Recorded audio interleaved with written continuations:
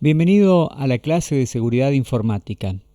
Esta es la clase número 1. A partir de este episodio vamos a comenzar a descubrir aspectos relacionados con la seguridad informática y aquellas medidas de protección, aquellos conceptos que están relacionados al mundo digital y también algunos conceptos de seguridad en general. Mi nombre es Alejandro Soler y espero que estas clases te puedan aportar valor y puedan aportar contenidos a tu formación. Bien, cuando hablamos de seguridad informática estamos seguramente hablando de aquellos conceptos que el cine nos ha presentado como un ser oscuro en las penumbras, tratando de obtener información de forma fácil, como si fuera un don particular para algunos que tienen el conocimiento exacto de saber qué tecla o qué combinación de teclas ejecutar para que desde cualquier tipo de computadora o dispositivo se puedan acceder a lugares restringidos o protegidos para almacenar información. Lamentablemente no es tan así. Si te pones a pensar un poco, vas a ver que no es tan sencillo como el cine te lo quiere presentar.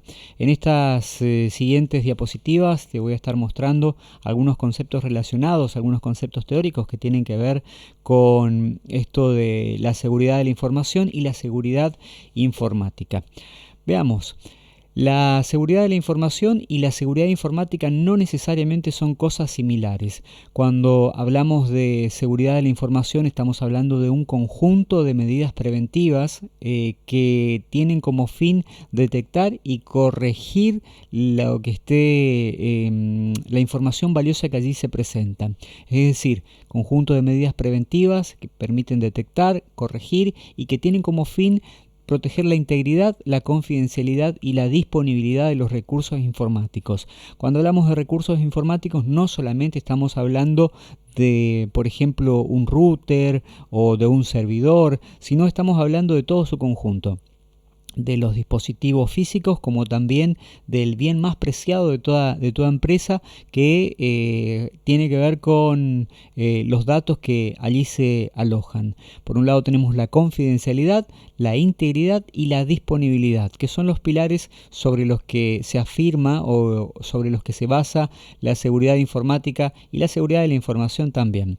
Cuando hablamos entonces de confidencialidad, tenemos que saber: la información es solamente accedida por sujetos autorizados, previamente identificados, sabemos quiénes son, autenticados, de alguna forma se verifica que dicen ser quienes son, se los autentica y se los autoriza. En el cine, cuando hablamos de esto, hablamos de top secret, classified, confidencial, y es uno de los puntos que aseguran, como recién te estaba diciendo, sobre los pilares que descansa la seguridad informática. ¿Cuáles son las amenazas contra la confidencialidad? Por un lado, la ingeniería social. ¿A qué nos referimos con esto? Cuando estamos hablando de lo que nosotros comúnmente llamamos como el cuento del tío. ¿Cuál es el cuento del tío? Te engañan y obtienen algún bien o algún valor, una llave, la combinación de pasos a seguir, una clave, una contraseña, el número de cuenta, el PIN. A través de la ingeniería social se puede obtener muchísimo.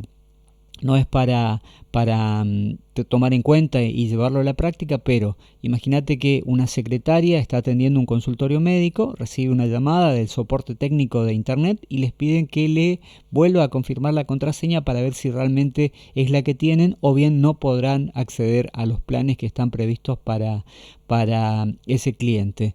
La secretaria obviamente dispone de esa información y no quiere perder ningún tipo de promoción, entonces repite o informa a la persona que llamó, identificándose solamente por teléfono, para pasarle los datos y obtener la información correspondiente o el beneficio correspondiente. Obviamente que esto no ocurre así, y de la misma forma hay conceptos nuevos que son el phishing, que son los fraudes telefónicos, fraude con tarjetas de crédito, que lo que hacen es eso, a través del engaño social, ingeniería social o ingeniería social inversa, que es un poco una opción más fina o más refinada de lo que es este engaño, pero básicamente consiste en hacerle creer a la persona que hay algo detrás, es un gancho, una información para la cual necesita entregar la clave.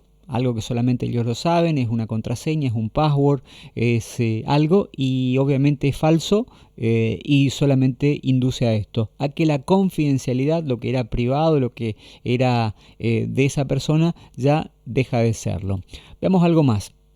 Entonces, hay una frase que dice: una cadena es tan fuerte como el más débil de sus eslabones, o el hilo se corta por la parte más delgada.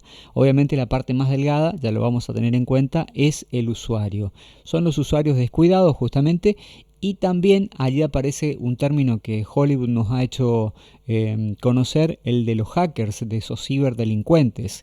Muchos de ellos fueron en un principio consultores de seguridad, pero cuando hablamos de hackers hablamos de ciberdelincuentes, pero el término, si buscamos en Wikipedia o si buscamos en algunas definiciones, vamos a encontrarnos que hackers es aquella persona, aquel individuo que utilizando el hacha como elemento va al hueso de la situación y trata de obtener información que no aparece en los manuales. Lamentablemente este término de hackers ha sido asociado con lo de ciberdelincuentes, y allí están, con una palabra no del todo cierta.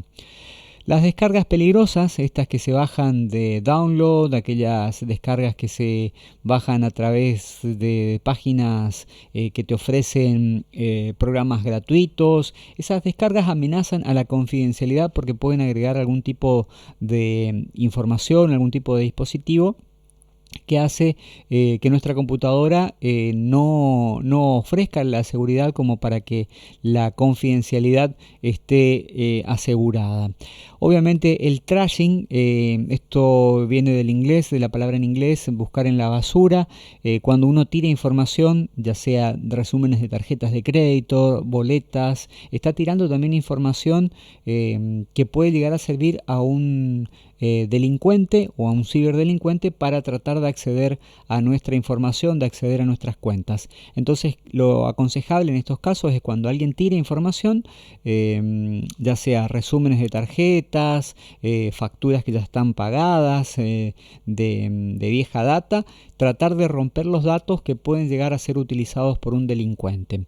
Bien, estos entonces son las amenazas contra la confidencialidad, y de los cuales hay alternativas como para protegernos. ¿Cuáles son estas medidas para estar protegidos?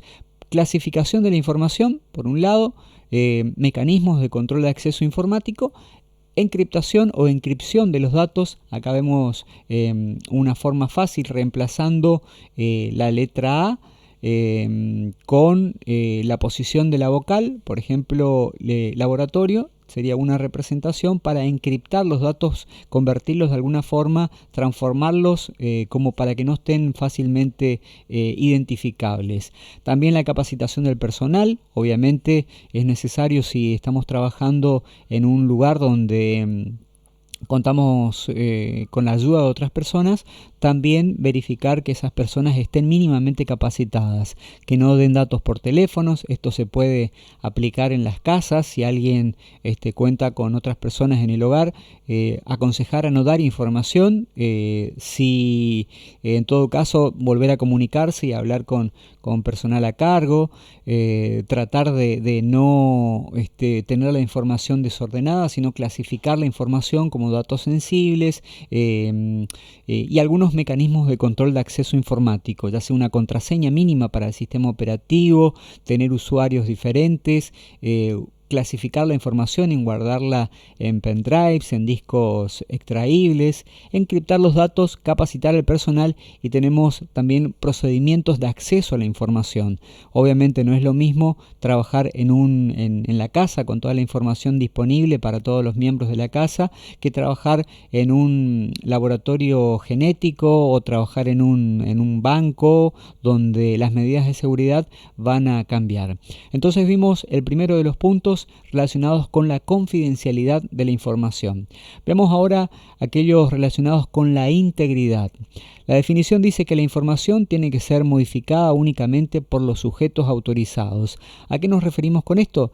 que estamos tratando de que la información sea segura, que la información, si tiene alguna modificación, la hagan solamente las personas que realmente corresponden.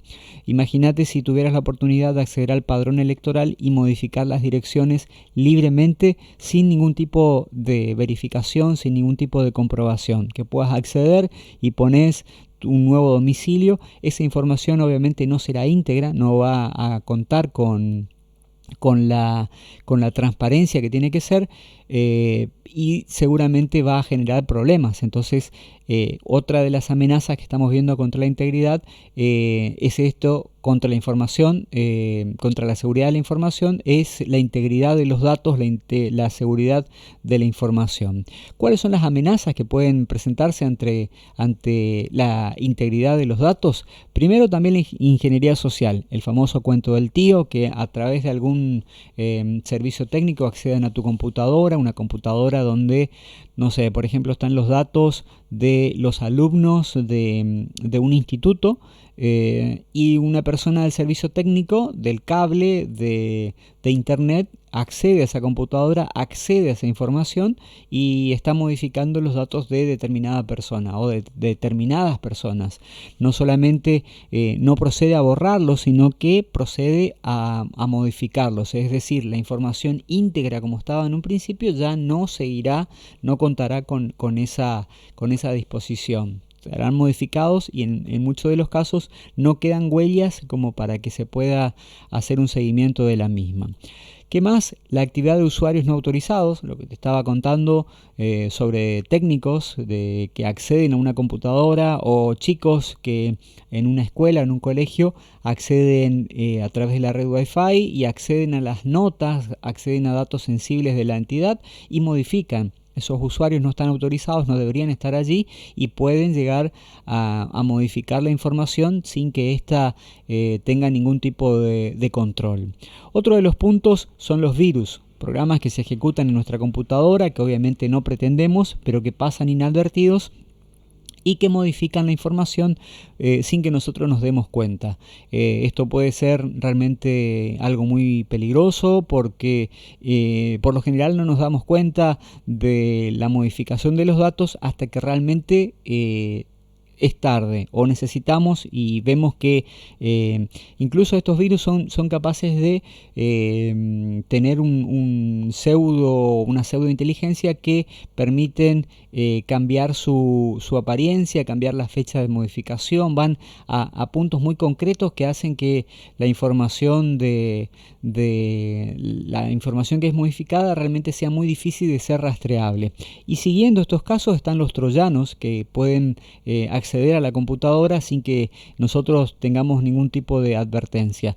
No nos demos cuenta de que alguien está manejando, que está accediendo a nuestra computadora, vemos que por ahí se abre un programa, se tipean datos. Esta palabra viene del caballo de Troya, de la antigua Roma, donde entregaron un caballo de Troya, un caballo de madera, a unos soldados que estaban acuartelados, y como no podían entrar al fuerte, hicieron una gran estructura de madera en forma de caballo, metieron a algunos soldados adentro y lo dejaron en la puerta. El rey, que era un poco interesado, pensó que era un regalo, lo introdujo a su aldea y a partir de allí, a la noche cuando descansaba, salieron los soldados enemigos y tomaron la población.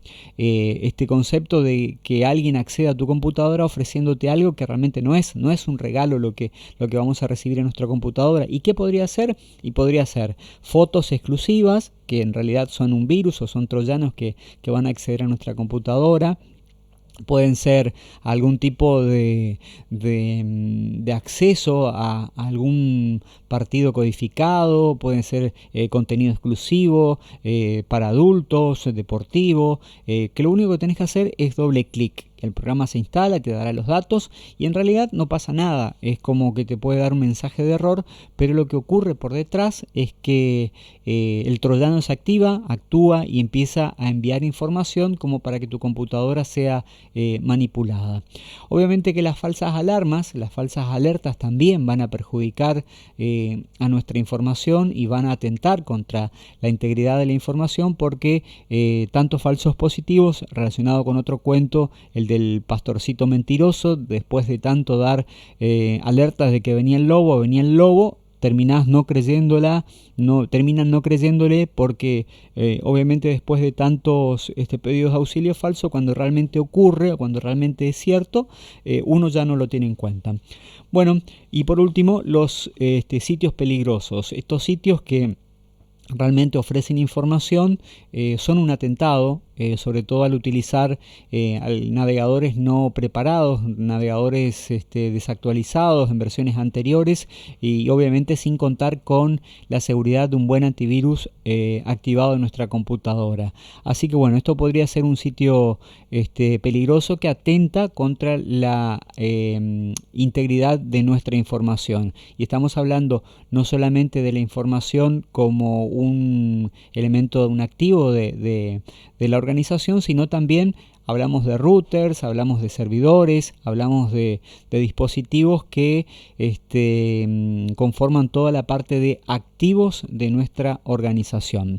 Bueno, veamos un poco más. Las medidas de protección contra las amenazas de la integridad es menor privilegio. Siempre dejarle los mínimos permisos para que aquellos que intenten acceder, accedan solamente a lo que tienen. Por ejemplo, le compartís una carpeta y en esa carpeta lo único que van a poder hacer es visualizar, ni siquiera descargar, ni siquiera imprimir, y mucho menos modificar. Entonces el concepto de menor privilegio es muy importante, es fundamental a la hora de proteger los datos o proteger los activos contra las amenazas de la integridad.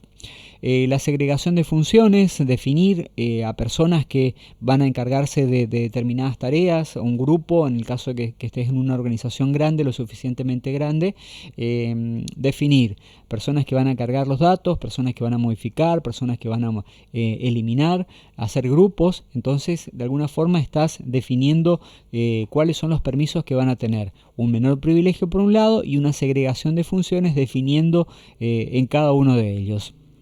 Obviamente, tener un procedimiento de control de cambios. Esto sería, si tienes una organización lo suficientemente grande, lo que puedes hacer es tomar nota de cuáles son los cambios que se van a realizar.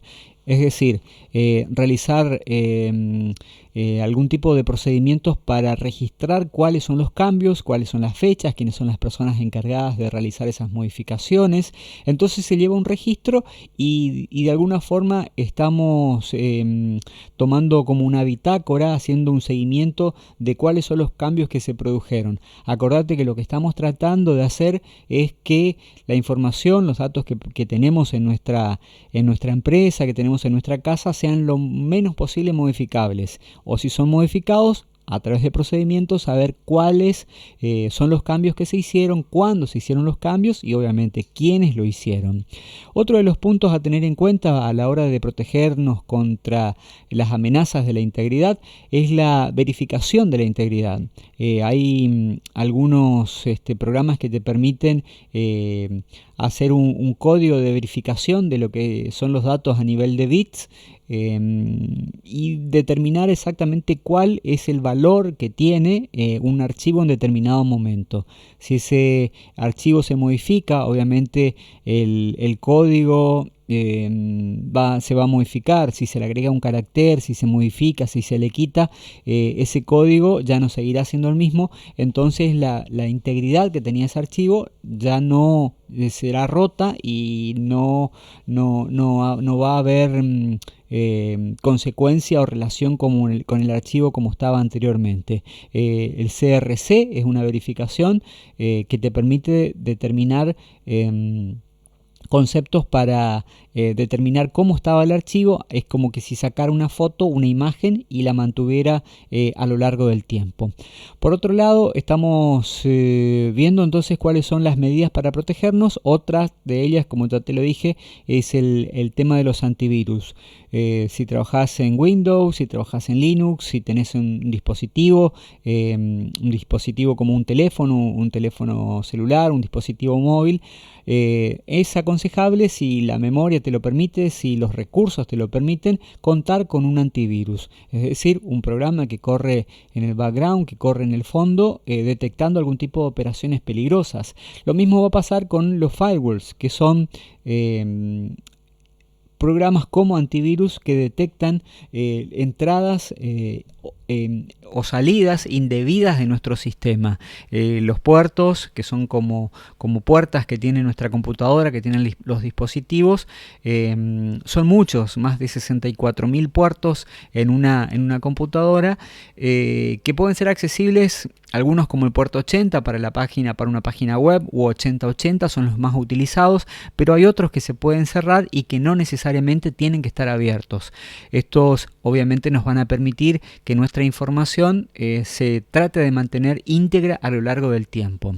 Y bueno, vayamos a otro de los puntos que conforman esta tríada, que es la disponibilidad.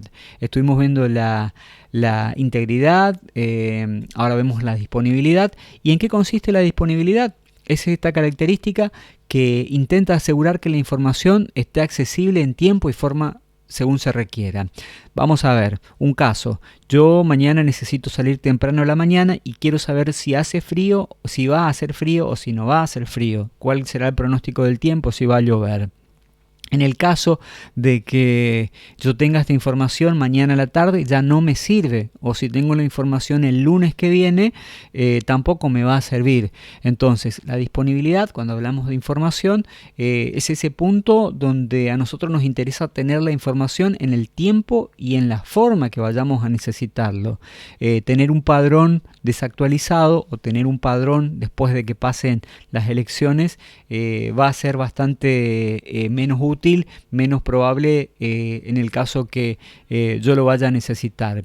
Y hay algunos puntos que amenazan contra la disponibilidad, que es, por ejemplo, la denegación de servicios. Se habla que un sitio, generalmente un sitio de un banco o un sitio de una empresa, está caído. Te dicen, el sitio está caído, el servidor se cayó. Y muchas veces esas páginas no es que realmente se caen, sino que no pueden prestar atención o devolver la petición que hacen cuando uno ingresa la dirección en la URL de un navegador. Por ejemplo, quiero entrar www.mibanco.com y no me da ningún resultado.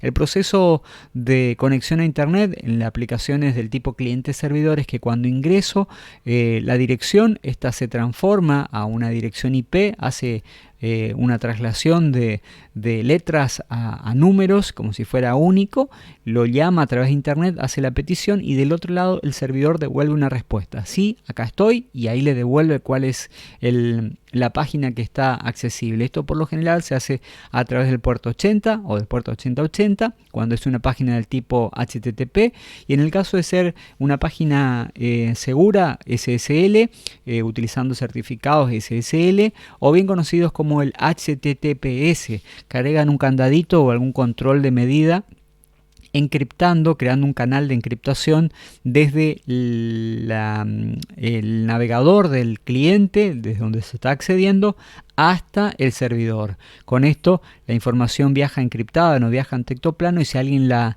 llega a capturar en ese camino, no sería factible que la utilicen.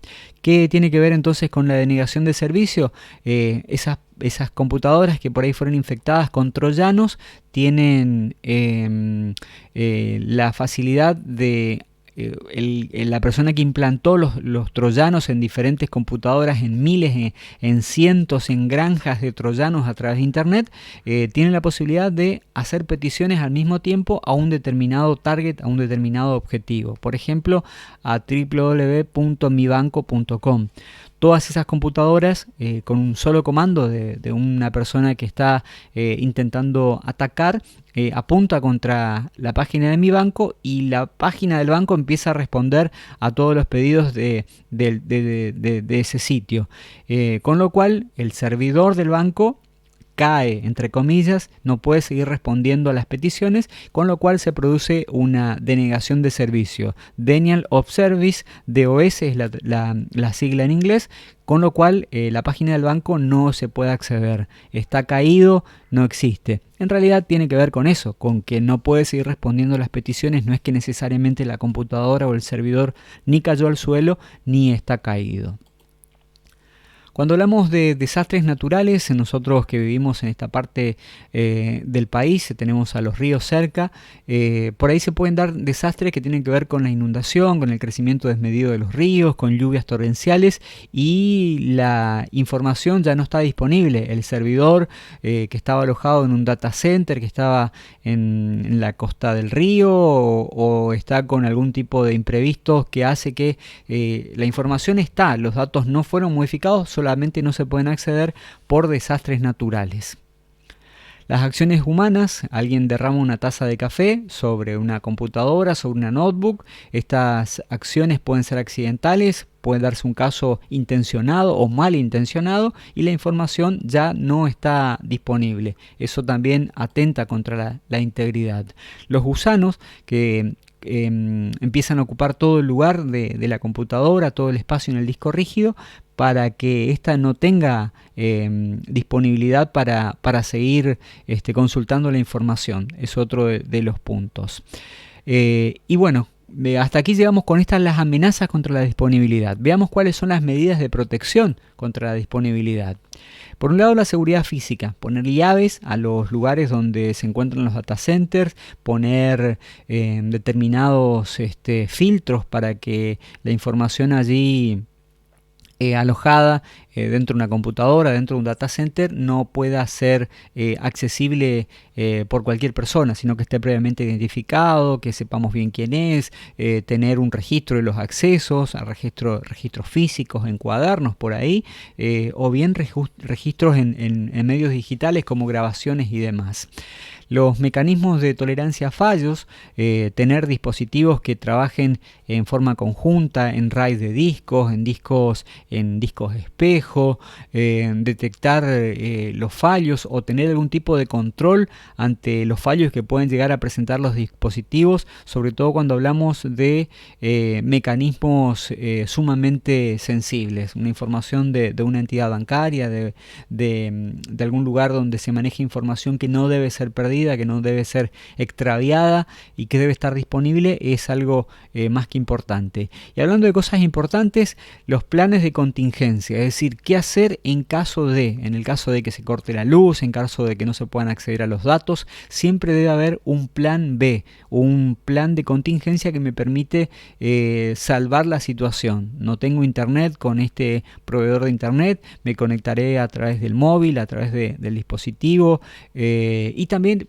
a medida de esto, a medida que tengo en cuenta el plan de contingencia, también tener a mano los procedimientos operativos, saber cómo implementarlos. Quién, en el caso de un desastre, ya sea natural, ya sea un desastre, un atentado por parte de un empleado que es despedido, saber cómo operar. ¿Quién va a ser el que restaure los backups? ¿Quién va a ser el que levante de nuevo la seguridad? Y en este caso entran en juego los roles de responsables de seguridad. ¿Quiénes son las personas que van a ser encargadas de cumplir con la tarea? ¿Cómo se va a cumplir con la seguridad para que la confidencialidad, la integridad y la disponibilidad continúen sin ser modificados? Entonces, se deben gestionar los recursos para cumplir con este programa integral de seguridad y también determinar cuáles son las prioridades. ¿Cuál es el punto número 1? ¿Cómo se van a manejar estas prioridades? Y por sobre todas las cosas, tratar de comunicarse con la dirección, con la gerencia, tratar de determinar cuáles son los puntos a la hora de aplicarlos. En el caso de tener que llevarlos, no es lo mismo que una persona que hace todo directamente se comunique con la cabeza de la organización, sino que esta persona pueda trasladarlo a su superior inmediato y de allí realizar los planes adecuados. Bien, estuvimos viendo hasta aquí cuáles son los 3 puntos sobre los que se centra o se maneja la seguridad informática, basados en esto, en la integridad, en la confidencialidad y la disponibilidad. Espero que te haya servido, espero que puedas obtener algún tipo de formación a través de estos conceptos generales que vamos a empezar a ver sobre la seguridad de la información, sobre la seguridad informática y sobre las realidades que tienen la la mayoría de los medios cuando hablamos de dispositivos físicos, cuando hablamos de dispositivos electrónicos. Así que espero que te haya servido esta información. Si quieres dejarme el comentario allá abajo o si quieres compartir esta información, te invito a hacerlo. Así que muchas gracias y nos estamos encontrando nuevamente en un próximo video para continuar con temas ya de organización y con algunos otros temas previstos para tratar, donde vamos a hablar de seguridad física, de seguridad lógica y también de seguridad en redes. Mi nombre es Alejandro Soler, puedes comunicarte conmigo a través de las diferentes redes y nos vemos en la próxima. Muchas gracias.